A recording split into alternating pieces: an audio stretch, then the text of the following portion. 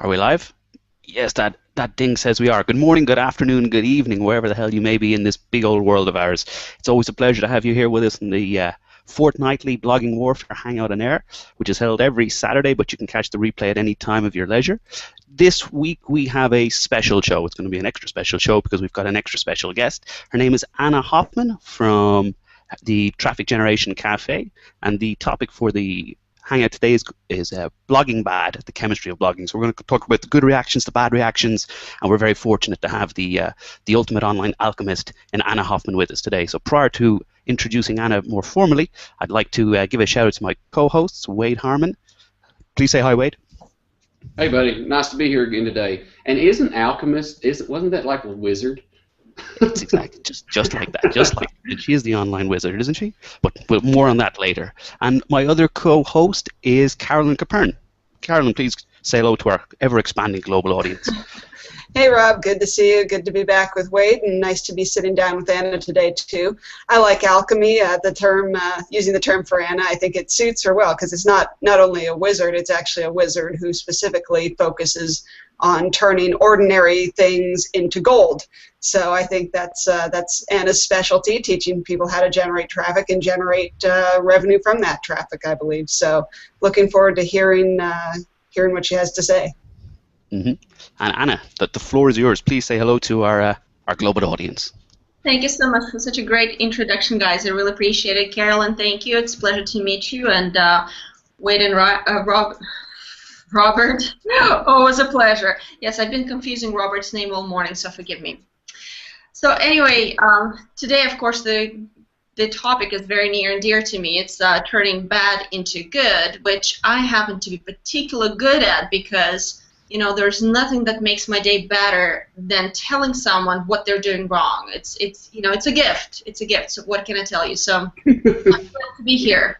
Well, we're going to try tap into that gift as much as possible as we go through the blogging bad that people do that we see on a daily basis as we're spending time reading blogs. And so on that, what are some of the bad habits that bloggers have, Ana, that you think you should stamp out? So, you know, I've been thinking about it a little bit, of course, which is a good thing because, you know, being prepared is better than not. But anyway, the biggest thing that I came up with, and it might sound very generic, but the biggest thing is not writing for your readers. You know, when we start a blog, we have this idea in our heads of what it should be like, and we have so much to say it, and we can't wait to say it. We just forget one little thing. If we actually want to be read, we need to make our blogs about our readers and not ourselves, and that's where most of the bloggers around me these days, especially the ones that are just starting, but a lot of them are the ones that have been around the blog as well, and now they feel like they've earned their place in the blogosphere, so they can blog however the heck they want to, not really taking into consideration if it's productive for their readers. And that's really a big problem, you know, no matter how you look at it. You know, again, whether you're just starting or you're a blogger that is continuously building your audience, which is really what we are supposed to do and will have to do. It never ends. There's no such a thing as I've networked enough. Now I'm in and I can relax and do whatever the heck I want to. It just doesn't work that way. And yet I see so many people doing just that, turning away their potential readers, and sometimes not caring and sometimes not really connecting. Why? Because who the heck wants to hear that whatever brilliant post you wrote yesterday actually sucks, and nobody wants to read it for that very reason, right? I don't, but, you know, if we want to stay in business, it's sort of a part of the formula. You know, we have to know the truth of why we're not getting the readership, why nobody sticks around at our blogs. That's just the way it is. Yeah, and I have to add to that too, the point about, you know, writing for the reader.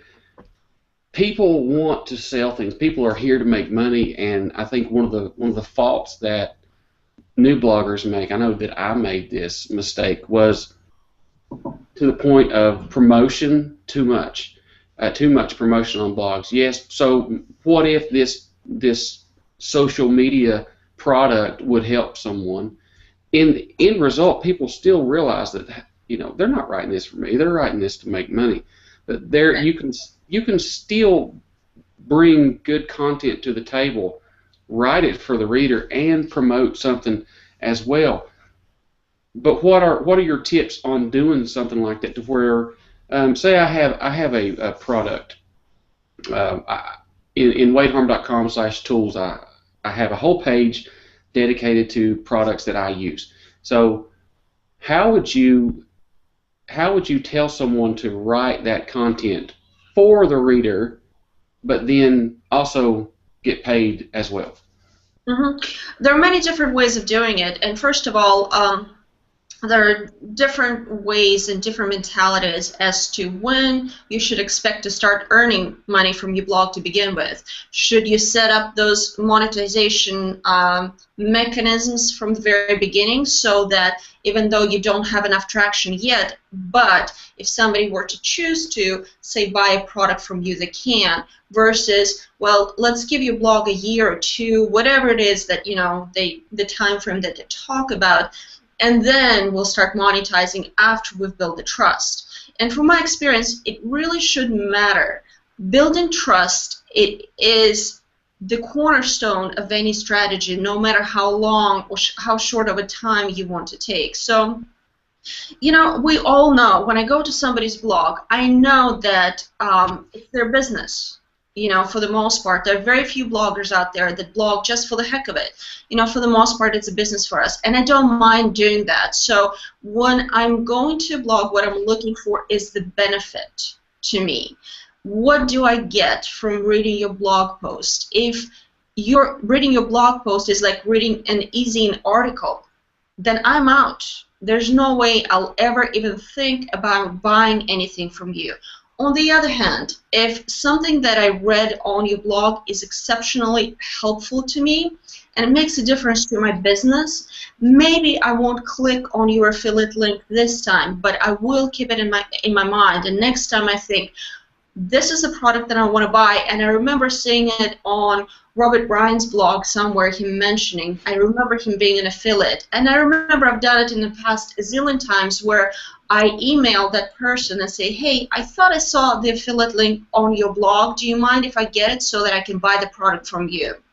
But all of that stemmed from, what is it that you gave me that was helpful to me so that I can help you in return, right? So it really is so good. So it's such an important part of sales, really, at its core. And like you and Wade were both saying, that's ultimately what a lot of us are here for, to try to make some kind of a living off of what we do in the blogosphere.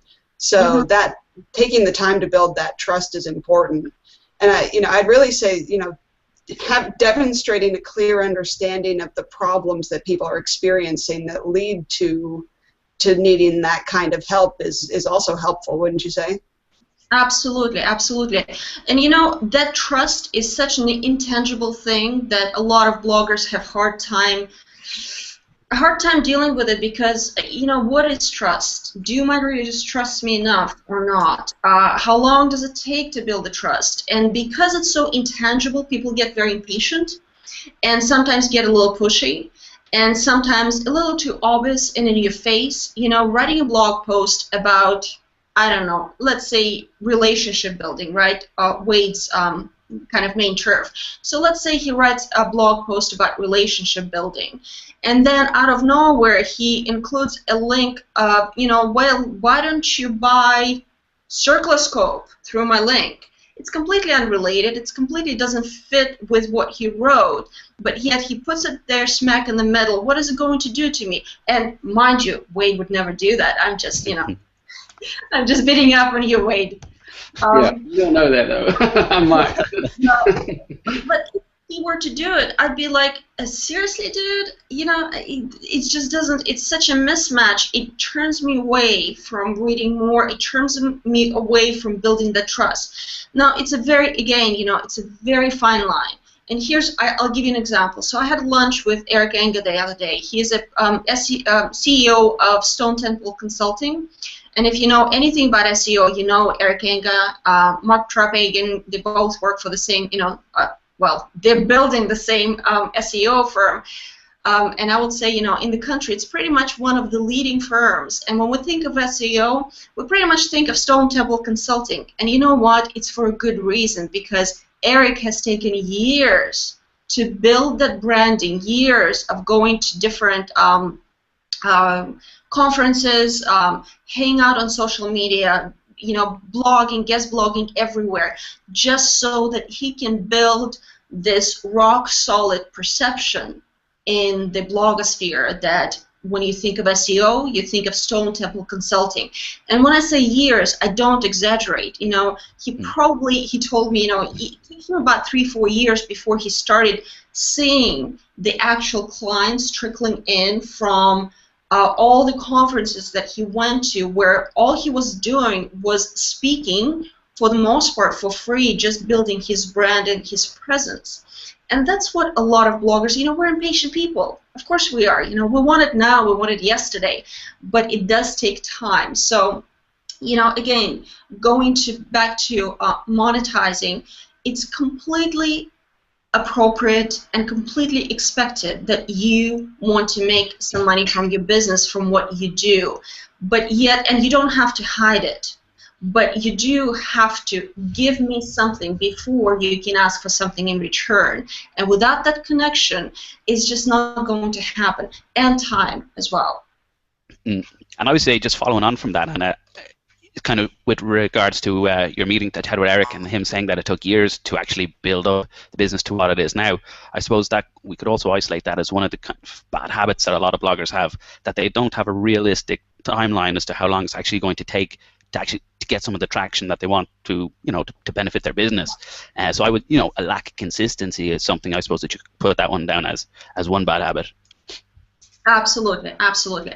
So another one, since we're talking about SEO, is let's talk about that. Most people who are on this, watching this show, I bet you 98% of you guys are not getting much traffic from Google, period. But we are acting like whatever we do next is going to make such a huge difference. Whenever Google turns its way this way or that way, we have to follow the direction, because somehow that will be the silver bullet that will all of a sudden magically get our blogs to appear in the search engines and get us a bunch of traffic. Well, the truth is, it probably is not going to happen, but what you're doing is you're turning away your readers by doing all the stupid things that Google says you should do or not do, and in the end hurting your readers, hurting the very people who will eventually pay you bills. Google doesn't pay you bills, it's your readers. So why do you focus on Google and not your readership? I don't get that. So let's see. So a couple of things. Guest blogging, right, is one of them. Oh, we shouldn't be guest blogging, it's bad for business. Such a load crap of everything, It's so not true, because when you post a great, stellar blog post on a different blog, you're not doing it for SEO, and you're not doing it, you shouldn't be doing it fearing that in some way it will affect your SEO. You're doing it because you have value to add to that community, so that that community can in turn come back to your site and eventually, isn't that the goal? Buy something from you, whether it's your services or your product, whatever it is that you're doing. Google has absolutely nothing to do with that. So, and yet people try so hard to, follow every single thing that Google says or doesn't say. So, writing for the search engines is a huge bad habit that I see bloggers do. And one of those things that, Wade and I have been talking about quite a bit is not linking out to other bloggers when you write a blog post. And that's a huge bad habit that I see happening all the time. And can I intro that? Can I intro that before we go into it? Yeah, go ahead. This is where it's going to get interesting. Yeah, the whole spectrum here before we start into it. So there's one thing that, it's not only Anna's deal, but it's also mine as well. She actually was talking to me about a couple of weeks ago about someone that mentioned her name in a very popular blog, but didn't give the link. And so that was always in my head. And so about 2 or 3 days ago, I saw a very well-known blog that had mentioned Rebecca Radice, as well as these other people, nice Google Plusers, great bloggers, and they had gave them props. I mean, very good article, but the only thing about it was they didn't give the link. And so when I saw that, I reshared the post and I tagged this blog and I said, hey, this was a great post and I respect what you do. Why didn't you give the link? Why aren't you giving links to people? Now I'm talking to us now. Why aren't you giving links to people that you're mentioning in your blog post? Give them a Google Plus link. Give them a link back to their blog. Why do you think people do this, Anna? What's their thinking? Is it an SEO link juice? They don't want to give it away, or what's the thought here? There are a couple of reasons that I can think of, and neither one of them is very convincing to do what when people do that. But so here are two things. First of all, they try to hog the blog, right? They try to just keep all the non-existent, mind you, Google traffic that they're not getting to begin with, right? So, but they're trying to keep that SEO value to themselves, and they think that if they link out somehow, Google will penalize them, and they will get even less traffic, which is nothing at the moment, but then they will get less of that to their blog. So that would be one reason. And then the next reason that I can think of is a more valid, I think, in some ways, reason is they're afraid to lose traffic to other blogs when they link out. And that's a wrong way to look at it. So, for instance, and we're talking about a blog that makes probably millions of dollars with conferences and coaching and different things like that, and then they're worried about a little link. That's so stupid. I mean, it's just stupid. It's really very anti-community, because that specific post on Content Marketing Institute, not only the author mentioned the names, but he mentioned specific posts of those bloggers. And so imagine you're reading a blog post, right? You're reading a title of a blog post of a specific blogger, but no link to click on. So what's the point of mentioning the blog post at all if you don't link out? So what am I supposed to do? I want to know more about Rebecca, right? So now what? I need to go to Google and try to Google her and then make sure that that's the same Rebecca and that's the same post the author was mentioning. It just completely makes no sense. It's anti-community. It's anti-everything that the four of us and everybody who's listening to this probably should at least agree on. We're all about community. That's the only thing that will, in the end, build our business and make it profitable for us. It's giving to people without asking for anything in return. And linking out in your blog post is one of those things. For instance, the latest blog post that I wrote was about engagement, building engagement or relationship with influencers. And what I tried to do there, not just tell you what you need to do, but giving examples, specific examples of how you could get engaged with, build your relationships with influencers. In that blog post, it was pretty lengthy. I probably linked out to at least a couple of dozens of different people, right? Because it makes sense. How can you not link out to people when you talk about engagement? That's the very point of engagement. So that blog post, last time I checked, was over 2,000 tweets, shares, comments. I mean, it's booming. And it wasn't just because I linked out, but because when people see that, I think there's a lot of trust, and I think there's a lot of if a specific blogger doesn't mind spreading the wealth around, I'm sure that will come back to me trifold, and it already has, because this post has been shared and commented and shared again. I love that. So why? Also, it goes back to that first thing you were talking about, about having a bad blogging habit. of not writing for your readers. When you're not giving pertinent links out in your articles, then you're not writing for your readers, because you're making the work a whole lot harder for them. Just like you said, maybe you wanted to know who Rebecca Radice was, so now you have to get off their site, do a separate search, have the article and the name right there. One thing that I like to do is I love to link to their Google Plus profile, and then if I include an article in there, then it's the article. So it's actually 2 links. So make it as simple as you can, and I don't understand why a blog of that caliber wouldn't do that. But and my take on it, I suppose, is no blog is an island, and like Anna was saying, when you do actually link out to all these other people, if it is a case that you might not have been on their radar before, it gives you a great opportunity just to send them a little email and go, hey, just to let you know I've included you in this post because your article about X was really, really great. Is it okay that I link back to your site and how I've linked back to your site? And most people who receive an email like that will go, yeah, so-and-so is pretty cool. I really appreciate the fact that they've taken the time to email me to let me know that they've linked back to me. And it's a good way to kind of knock on the door to get some potentially influential blogger to know a little bit more about you.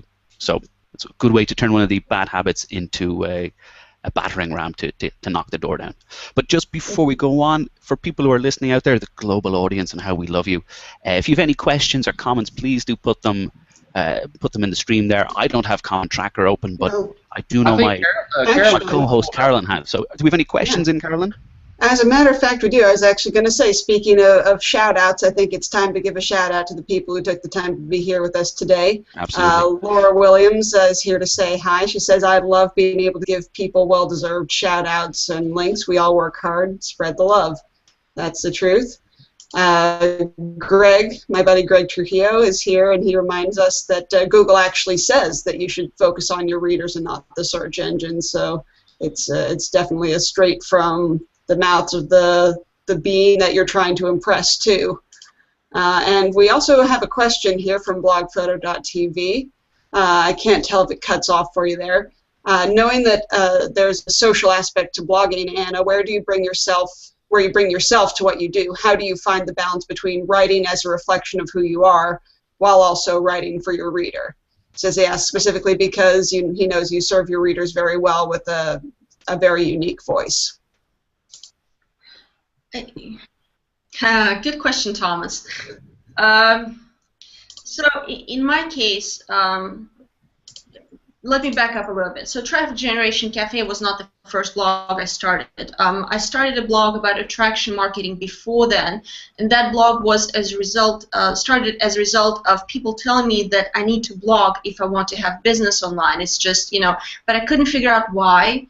So that was the blog where I wrote about things that nobody cared about, but I thought that they did. So basically, I did very poor audience research. I have no marketing research whatsoever. I wrote in a voice that was not natural to me, yet I thought that that's what readers wanted to read. And that flopped on me. I had to scratch that blog, and I had to start Traffic Generation Cafe. And what I did there is I wanted to provide value that is very concise, to the point, and very quick. So if somebody comes to my blog, I want them to spend, let's say, 2-3 minutes on a blog post, and out of those 2-3 minutes, because for the most part, that's what your readers have for you. If you think that somebody is going to take 20 minutes going through your, 5,000-word blog that has a takeaway that's this teeny tiny, you've very sorely mistaken. So when I started Traffic Generation Cafe, I wanted to boil down that information to very, very concise form so that people can come in, take what they need, and leave. And that's okay with me. I'm not seeking for people to stay at Traffic Generation Cafe, even though I love it. But I understand that we have businesses to run, and people who come to Traffic Generation Cafe, they have a very short attention span, not because they don't want to read more, it's because they can't, they don't have the time. So narrowing down your focus, and what I was going to say is in some instances it works that however you like reading blog content on other blogs, I'm sorry, however you like to write the blog posts is exactly how your readers want to read them. Does that make sense? Like, for instance, going back, no, it doesn't make sense. So Thomas from blogphoto.tv, who asked the question. So I was reading his blog the other day, and what I love about his blog posts in general is that he uses very short sentences, very short paragraphs, and I can almost skim through his blog posts and get to the meat of the post very quickly. So I love that because it caters to my busy schedule. It teaches me things. It gives me benefits without me having to spend any time on that. And when I made a remark to Thomas, complimenting him on that writing style, he said that he actually resisted that writing style for a while because he felt like the audience wanted to have, the writer in him, fluff up the content, give long sentences, me to think about. I'm glad he didn't, because that would have completely screwed him up and nobody would have read his blog. As of right now, he's one of my favorite reads during the week because it's short, it's concise, it's to the point. So you kind of have to strike a balance. So you go to Copy Blogger, is one of the blogs that he likes to read. Why does he like to read it? Is because he can get the gist out of it very quickly, and yet he wasn't willing to put that in practice on his blog, right?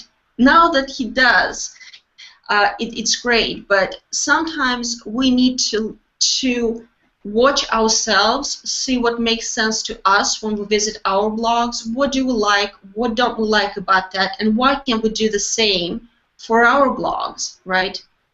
Or we can listen to feedback from our readers. For instance, you write a blog post and you think it's great, yet no matter how much you share, you spread the news, you promote, you get nothing. You get maybe, oh, nice blog post comment, and you kind of know that doesn't sound right. So there's nothing wrong with actually approaching someone that you know or even kind of know and saying, hey, I wrote this blog post and I'm hearing crickets.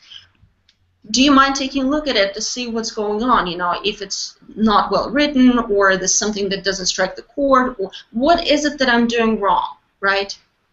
Nobody wants to ask the question, yet that's the very question that we need to ask so many times about our website design, about our content, Well, they also say that your content needs to be skimmable, and the way, and this might not be the right way, but this is the way that I've kind of learned to do it, and you can tell me whether this is right or not. But in in my content, I'll have it like in 3 or 4 parts, and I will put the H3 tags in, so it's kind of a big, and then kind of summarize what the paragraph below says, and then another H3 tag that summarizes what this does. So that way they can kind of skim through, oh, that looks interesting, and stop and read this part. What do you feel about, skimmable content like that? I love skimmable content. I think it's the biggest benefit that you can give to your readers is to make it easy for them to read and to make it easy for them to get the point that you're trying to make, because we read blogs for the takeaways. We read it for the benefit that we can take back to our business. And yet, a lot of times what I see bloggers do is the mask, for whatever reason, maybe they just don't know what they're doing, I don't know, but they mask that big takeaway in such wordy sentences that I have to fish for it. And that's horrible. Basically, you're losing your readership. So the other day, a friend of mine sent me a post of hers, and we've built relationship over the past couple of years. That's why I would take at her blog post when she sends me one, and she asked me to share it. And I took a look at it. First time, I didn't get anything out of it. I read it the second time a little closer. Now, mind you, at this point, it's 5 minutes, 10 minutes, 15 minutes of my time. After 15 minutes, I left. I didn't share the blog post because I couldn't figure out what she was saying. I couldn't figure out what the point was of the blog post.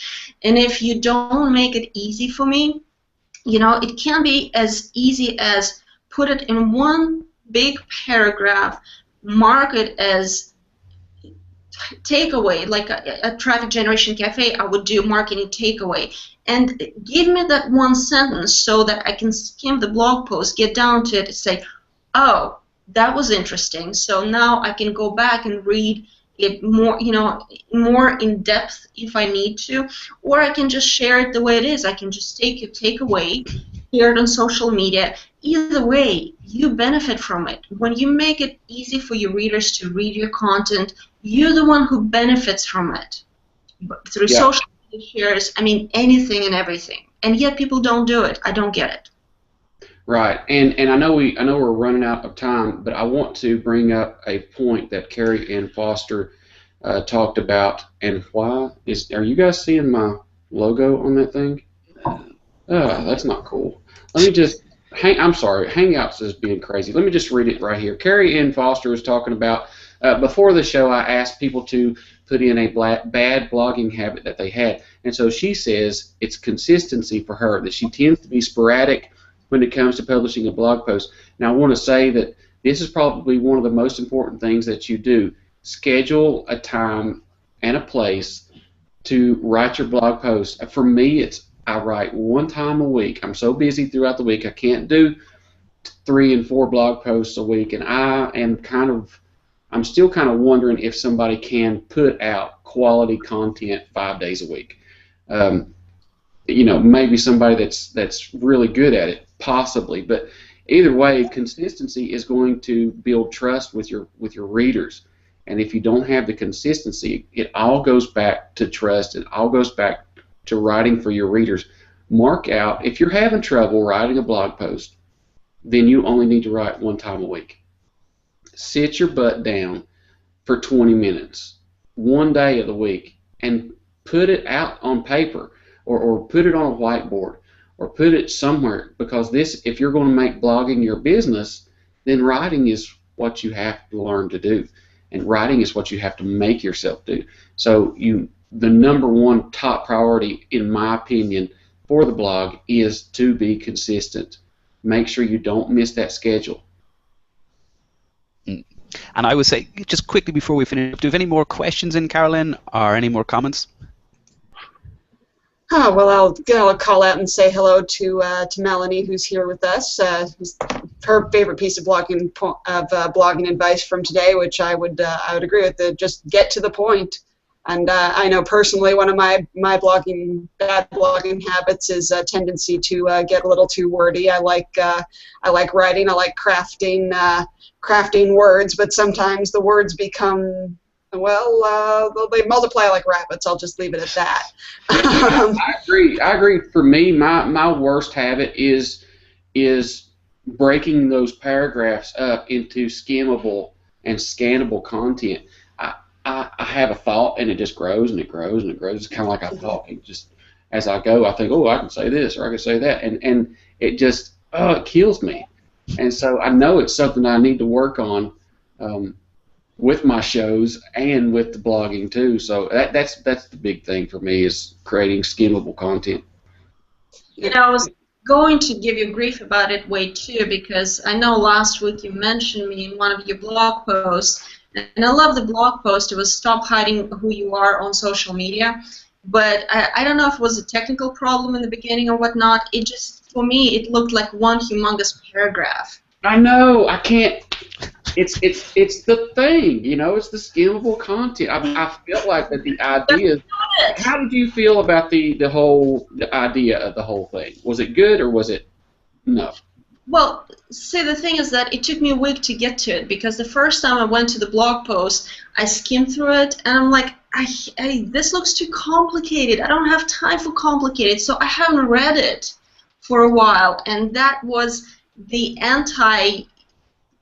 Well, I do know that one day last week a plugin was messing with my writing, and it was bunching everything up into just one block of paragraph. Was that what you saw, or did you actually see breaks? No. I think I saw one humongous block, and maybe breaks. Yeah, that was a plugin messing with my content. That should be fixed now. I kind of figured it out. I'll warn you. It's still wordy. I mean, I know it is. I don't know how in the world it is. And it is.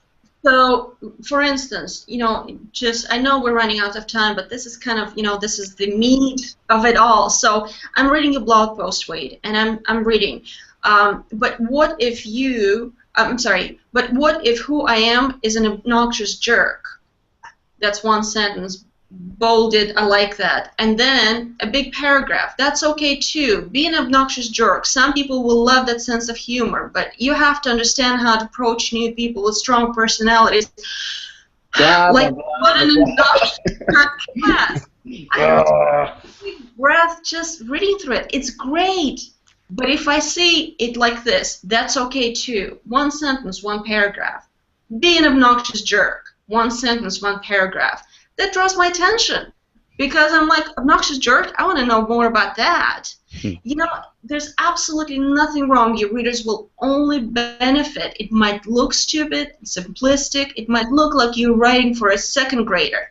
That's okay because in the end, I get more of it if you do it that way. So why not? One thing that I definitely know that I need to work on because skimmable content works. And for me, I have so many things. So for me, let me just ask you this, and maybe other people will get help with this. So if I have a huge long thought, all I need to do is write that the way I want to, and then come back and say, okay, I need to hard return right here and make it a new paragraph. Or is that the way you're telling me to do it? Absolutely. So when you first write, just write as it comes to you. Don't edit yourself. Don't worry about headings and bullet points. Don't worry about any of it. But then, give yourself 24 hours, come back to the blog post and start just chunking it up into smaller things, into almost one-sentence paragraphs. Trust me, it works. I don't care how you're going to, tell me that it's just too simplistic and you don't want to talk down to your readers. They want to see it that way. I don't care what you think about it. It's what they think about it is what matters. So do it. Yeah, I realize that. I do realize that.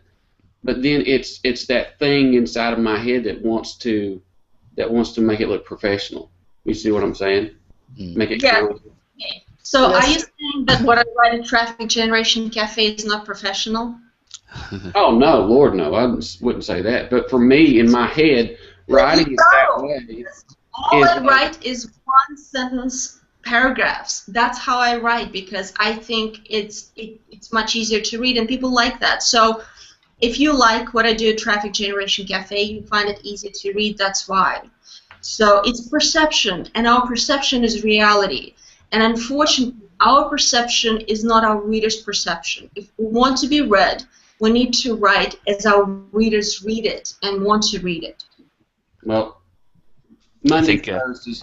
See, I'm working on a how to grow your Hangout audience post, and I've done it again. I've put a bunch of paragraphs together again. You guys watch out for this post on Monday, and I'm going to do what you say. I'm going to push this thing out into simple line paragraphs. I'm not trying to say that it's unprofessional, but in my mind. There's something blocking me there. You know what I mean? I understand completely, but you're going to have to break it. This is Breaking Bad show. Exactly. You don't do it. So starts Wade's revolution of the two-line sentence, the two-line paragraph. You know what? Just to kind of break it to a point of some sort. So. I should have done it already, but I haven't. I'm going to do it because this show was kind of the kick in the rear that I needed. I need to start a community, most likely on Google+, and I'm going to call it something like "You have spinach in your teeth." You know how when you get that and everybody's afraid to tell you, everybody can say it, but they don't want to tell you. So that's sort of what blogging comes down to. We don't need to hear the fluff. We don't want to hear a great post. In the end, we want to know what works and what doesn't work on our blogs. Exactly. Sometimes we had a place to come to where you can ask people, honestly, what do you think about this? Is that working for you? Does it not work for you? And that's sort of the premises of the community. That I'm thinking, and again, I'm so good at telling people what they're doing wrong. It's kind of like natural extension of my arm to start a community like that. So I'm going to do it this weekend. So if you're watching right now and if you're interested in kind of getting the truth about you and your content, come check it out. Spinach in the teeth. Everybody's going to have it soon enough, and I'm going to be one of the first people to join that community, and hopefully you'll give me a little prize or something for being number one. Well, Anna, whenever you get it created, why don't you just come back to the event page and put the community link in the comments? We'll do that. Again, now that I'm thinking about it, I should have probably done it and, would have had a link for you, but, nothing is perfect in life. It's Saturday morning for me, and I barely had, 3 cups of coffee only. I need another 10 to get going, so, yeah. So we'll let you get going with the remaining 7 until you hit normality then. But I think we've gone over limit here, so thank you very much, Anna, for joining us and for dishing out the info that only you can dish out. We hope that you'll come back and join us again with some spinach in your teeth and help us pick it out of ours as well.